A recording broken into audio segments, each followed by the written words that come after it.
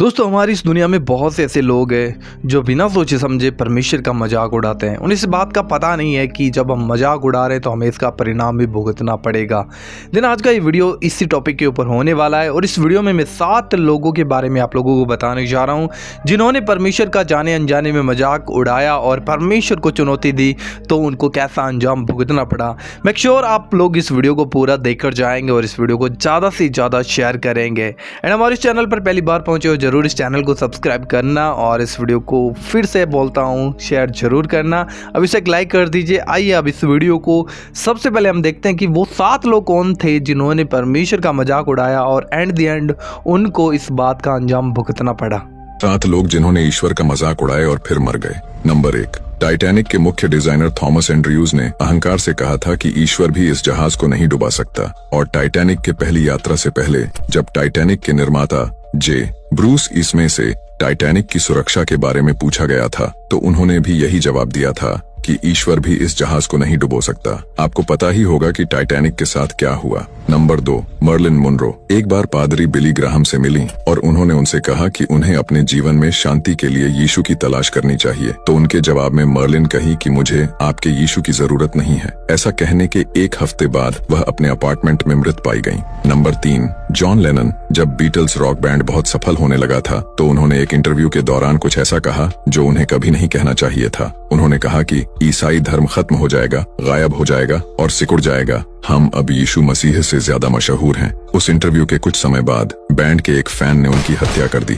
Number 4, Bon Scott highway to hell के अपने इस गीत में स्कॉट ने कुछ ऐसे बोल गाए, oh Satan I paid my due playing in a rocking band, जिसका हिंदी में अर्थ होता है, हे शैतान, रॉकिंग बैंड में बजाते हुए मेरा हक अदा किया। इस गाने के प्रकाशित के बाद 1980 में एक रात को उनकी मृत्यु हो गई। नंबर 5, कैजुजा एक फेमस ब्राजीलियन गायक जिसने अपने एक प्रदर्शन के दौरान सिगरेट पैकेट से एक कश लिया और हवा में धुआं उड़ाकर कथित तौर पर कहा कि ईश्वर यह आपके लिए है। उस घटना के बाद 32 वर्ष की आयु में फेफड़ों के कैंसर से उसकी मृत्यु हो गई।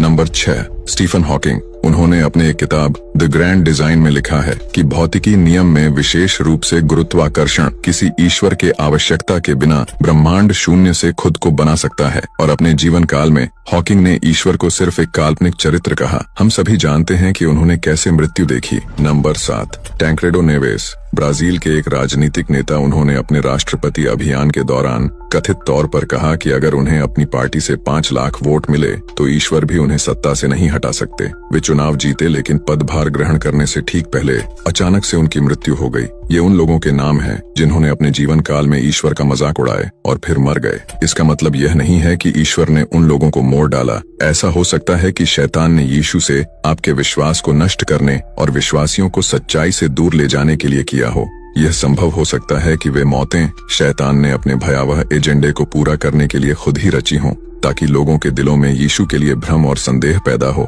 और लोग यीशु के प्रेम और भलाई पर सवाल उठा सके और यीशु को नकारात्मक और क्रूर दिखाने की प्रयास सफल हो सके और लोग उस पर संदेह करें और यीशु को अनुग्रह और दया के बजाय न्याय और क्रूरता के रूप में देखे और उस पर से विश्वास खो दें। इसीलिए हमें जल्दबाजी में नहीं मानना चाहिए कि उनको ईश्वर ने उठा लिया होगा। ऐसा हो सकता है कि अपनी भयावह एजेंडे को पूरा करने के लिए शैतान ने मोड़ डाला हो। और आखिर में हमें हमेशा याद रखना चाहिए कि ईश्वर का मजाक उड़ाने के अपने परिणाम होते हैं। इस बात का जरूर से ध्यान रखें। अभी आप लोगों ने देखा इस वीडियो के अंदर कि किस तरीके से उन लोगों ने इस बात का अंजाम भुगता जो परमेश्वर का मजाक उड़ा रहे थे, जो परमेश्वर को चुनौती दे रहे थे और आखिर में उनको इस बात का अंजाम भुगतना पड़ा।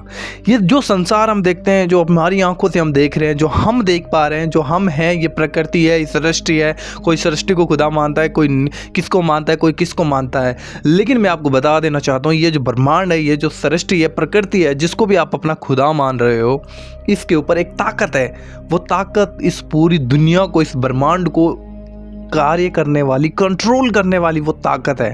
अगर आप उस ताकत का मजाक उड़ा रहे हो तो वो चुप बैठने वाला नहीं है। हाँ, परमेश्वर प्यार करता है, बहुत दयालु है, बहुत प्यार करने वाला है, लेकिन एट द एंड अगर हम उसका मजाक उड़ाएंगे तो वो पलटा लेने वाला परमेश्वर भी है। मैं आपको बताना चाहता हूँ परमेश्वर के बारे में। बाइबल में प्रभु यीशु मसीह के बारे में हमें देखने को मिलता है कि प्रभु यीशु मसीह मनुष्य के रूप में मनुष्य से प्यार करने को प्रकट करने के लिए आया कि हाँ, मैं मनुष्य से इतना प्यार करता हूँ, मैं उनको पाप में नष्ट होता हुआ नहीं देखना चाहता। तो वो पुत्र बन के संसार के अंदर आया और जो कोई उसके ऊपर विश्वास करता है वो उद्धार पाता है। लेकिन ये परमेश्वर का अनुग्रह है, ये परमेश्वर का प्यार है जिसको कोई समझ नहीं सकता। लेकिन दोस्तों, लोग इस प्यार को ना देखकर आज कहीं ना कहीं परमेश्वर का मजाक उड़ा रहे हैं, परमेश्वर की निंदा कर रहे हैं, बुराइयां कर रहे हैं। बहुत से ऐसे लोग जो प्रभु यीशु मसीह का भी मजाक उड़ाते हैं, जो हालेलुया शब्द का मजाक उड़ाते हैं, लेकिन उन्हें इस बात का अंदाजा नहीं है कि आज नहीं तो कल हमें इस बात का अंजाम भुगतना पड़ेगा। क्योंकि जो शब्द हम बोल रहे हैं किसी व्यक्ति विशेष के बारे में नहीं बोल रहे हैं, हम उस परमेश्वर के बारे में बोल रहे हैं जो पूरी सृष्टि पर राज्य करता है, जो पूरी दुनिया को चलाने वाला परमेश्वर है। उस परमेश्वर को अगर हम चैलेंज करेंगे, उस परमेश्वर को अगर हम निंदा करेंगे, उस परमेश्वर को हम अगर मजाक बनाएंगे, उसको ठट्टों में उड़ाएंगे, तो फिर इसका अंजाम भुगतना पड़ता है। क्योंकि बाइबल इस विषय में साफ कहती है कि परमेश्वर को ठट्टों में उड़ाना सही नहीं है ना। धोखा ना खाओ, परमेश्वर को ठट्टों में उड़ाया नहीं जाता। लेकिन अगर आपको भी ये लगता है कि कोई परमेश्वर नहीं है और आप परमेश्वर के विरुद्ध में कुछ भी बोल रहे हो, आप अपनी ताकत पे घमंड करने वाले व्यक्ति हो, आपको लगता है कि मेरा पैसा ही मेरे लिए सब कुछ है, मैं ही सब कुछ हूँ, मेरी ताकत मेरे लिए सब कुछ है, देन मैं आपको बता दूँ, अगर आप अपने आप को बहुत कुछ या सब कुछ समझ कर बैठे हुए हो तो आपसे पहले एक ताकत है जिसको आपको समझना बहुत ज़्यादा ज़रूरी है, और उससे बोलते हैं परमेश्वर। और आपको ये जानना ज़रूरी है कि वो सच्चा परमेश्वर है कौन। मैं आपको बता देना चाहता हूँ, वो सच्चा परमेश्वर प्रभु यीशु मसीह है। इसलिए यीशु मसीह ने कहा, मार्ग, सत्य और जीवन मैं हूँ, बिना मेरे तुम पिता के पास में नहीं जा सकते। अगर आप जानना चाहते हो उस परमेश्वर को, सच्चे परमेश्वर को, तो आज आप अपने मन से उसको खोजें, उसको बोलें कि यीशु मसीह अगर आप तू सच्चा परमेश्वर तो मुझ पर अपने आप को प्रकट कर। वो अपनी भलाई को, अपने आप को आपके ऊपर प्रकट करेगा। लेकिन अगर आप उसको जानते हो तो ये बहुत बड़ी बात है कि आप उस परमेश्वर को जानते हो और समझते हो। क्योंकि परमेश्वर की दया है कि एक मनुष्य अगर चाहे तो वो परमेश्वर को नहीं खोज सकता, लेकिन ये परमेश्वर की दया है कि बिना मांगे, बिना ढूंढे परमेश्वर आपके और मेरे पास आया है। ये परमेश्वर की दया है। इसलिए परमेश्वर का वचन कहता है कि परमेश्वर ने हमें चुना है, ना कि हमने परमेश्वर को। परमेश्वर ने हमको चुना है, हमने परमेश्वर को नहीं चुना है। तो ये परमेश्वर की दया है, ये अनुग्रह है। इसलिए हमें परमेश्वर की सिर्फ बड़ाई करनी चाहिए, उसका धन्यवाद करना चाहिए। हर बात के लिए, हर विषय के लिए, हर चीज़ के लिए हम उसका धन्यवाद करें, क्योंकि ये उसकी धन्यवाद और स्तुति का विषय है। लेकिन अगर हम इसी बात को ना समझकर हम परमेश्वर को ठट्टों में उड़ाएं और हमें लगता है कि परमेश्वर कोई ताकत नहीं है, कुछ नहीं कर सकता, तो ये अंजाम आप लोगों ने देख लिया होगा जो कि 7 लोगों के साथ में हो चुका है। देन प्रभु का, अगर परमेश्वर का आप कभी भी किसी भी समय, कभी भी किसी तरीके से, जब आप जानते थे, नहीं जानते थे, आपने अगर मजाक उड़ाया तो आज भी क्षमा मांगने की अवसर है। आप उस खुदा से क्षमा मांगिए। वो दया करने वाला, अति करुणा में परमेश्वर है, वो आप पे दया करेगा, आपको क्षमा करेगा।